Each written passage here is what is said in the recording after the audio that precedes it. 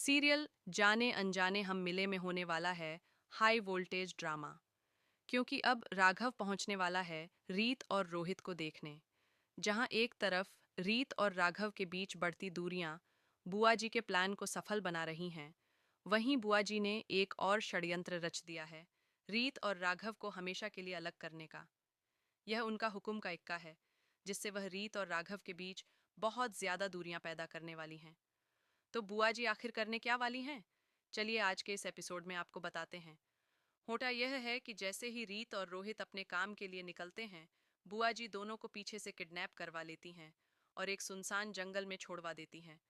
अब दोनों एक ही जगह बंधे होते हैं, लेकिन आसपास कोई नहीं होता। ना कोई चोर आता है, ना कोई और। केवल दोनों को बांध दिया जाता है। बहुत मुश्किल से ये दोनों वहां से बच पाते हैं। वहीं घर में राघव तनाव और निराशा में डूबा जा रहा होता है। वह जंक फूड खा रहा है, शराब पी रहा है और सोच रहा है कि रीत और रोहित दोनों अकेले बाहर रात में क्या कर रहे होंगे। नीता चावला बहुत चिंतित होकर राघव के पास जाती है और पूछती है, आखिरकार रोहित और रीत अभी तक क्यों नहीं लौटे? तुम्हें अपनी पत्नी की चिंता नहीं है? राघव कटाक्ष करते हुए कहता है, वो रोहित के साथ है तो मुझे डरने की क्या बात है? जिसे पसंद है उसी के साथ घूम रही है रातों में। इस बात पर नीता चावला सोच में पड़ जाती है। अब वह क्या करेगी? वह रीत और रोहित को कैसे बचाएगी? आखिरकार नीता के कहने पर राघव रीत और रोहित को बचाने के लिए निकल पड़ता है। लेकिन जो वह देखता है वह चौंकाने वाला होता है। रीत और रोहित दोनों ने अपने मुंह से काली पट्टियां खोल ली हैं। दोनों बचे हुए हैं और एक ऐसी स्थिति में होते हैं जो देखने में बहुत गलत लगती है। राघव को लगता है कि रीत और रोहित दोनों ही घने जंगल में अय्याशी करने गए थे।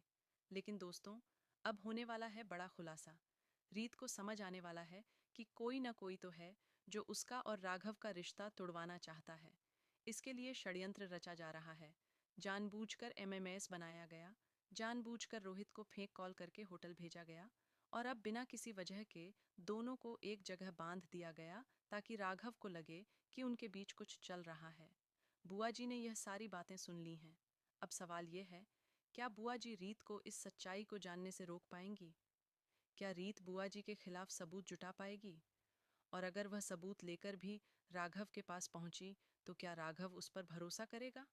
यह देखना बेहद दिलचस्प होगा।